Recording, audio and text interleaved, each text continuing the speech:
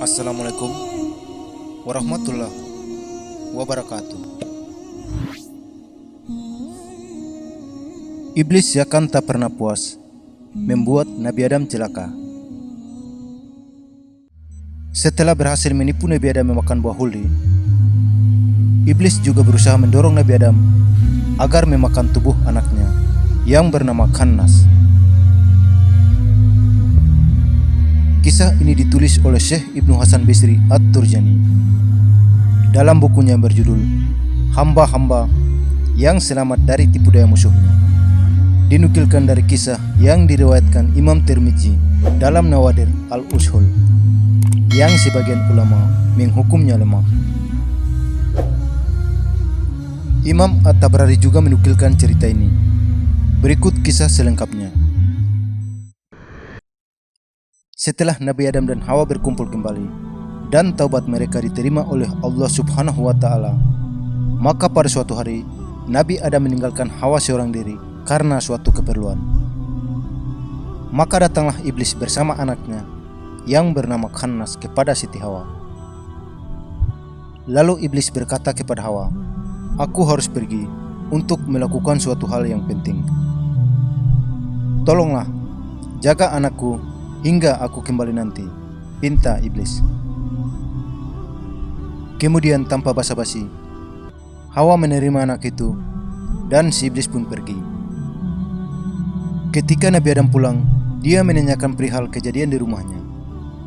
Lalu Hawa menceritakannya. "Dia adalah anak iblis yang dititipkan kepadaku," kata Hawa.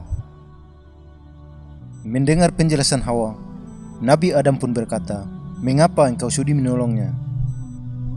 Dan dengan sangat marah, anak iblis itu dibunuhnya, dicincangnya, dan setiap cincangan itu digantung di dahan pohon. Setelah itu, pergilah Nabi Adam. Tidak lama kemudian, iblis datang lagi dan bertanya kepada Hawa, "Di mana anakku?" Hawa lalu menerangkan segala sesuatu yang telah terjadi. "Adam telah mencincang-cincang tubuh anakmu, dan setiap potongan anakmu itu digantungkan pada dahan pohon." Lalu si iblis menyeru kepada anaknya, maka potongan-potongan tubuh anaknya itu kemudian berkumpul, dan dia pun hidup kembali. Setelah itu, iblis memohon kepada Hawa, "Jagalah dia, karena ada urusan lain yang harus aku lakukan," kata iblis. Mula-mula Hawa menolak, tetapi si iblis bermohon dengan sedemikian rupa gigihnya, sehingga akhirnya Hawa pun menyerah, dan pergilah si iblis meninggalkan tempat itu. Ketika Nabi Adam pulang, terlihat olehnya anak iblis itu lagi, dan ia bertanya, "Apa artinya semua ini?"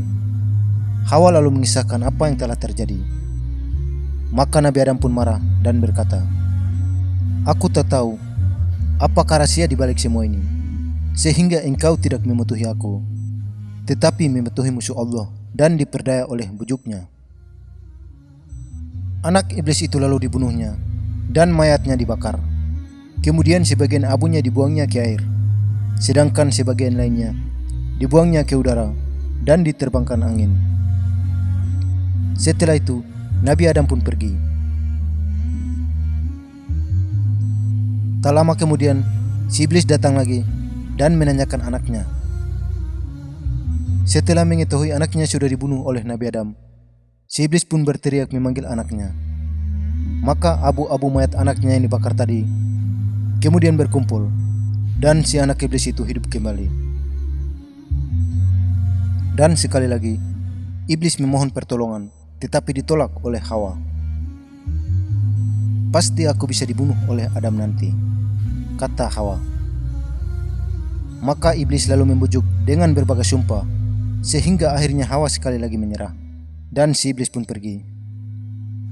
Tidak lama kemudian, Nabi Adam kembali dan didapati Hawa bersama anak itu lagi.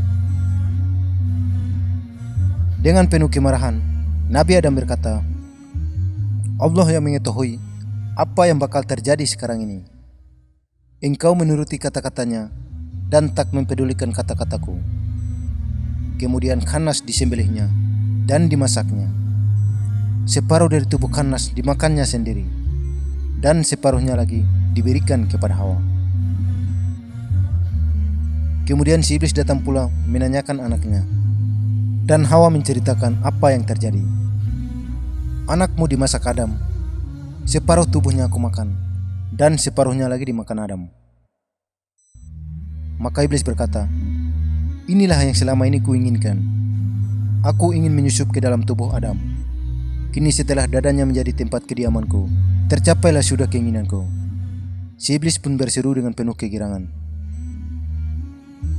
Orang-orang mengatakan, sesudah tindakan Adam yang terakhir ini, iblis masih dapat menghidupkan anaknya dan membawa Khannas berupa seekor domba. Semoga dengan video ini kita dapat memetik hikmah dan pembelajaran dari kisahnya. Wallahu ta'ala a'lam. Semoga bermanfaat. Wassalamualaikum warahmatullahi wabarakatuh.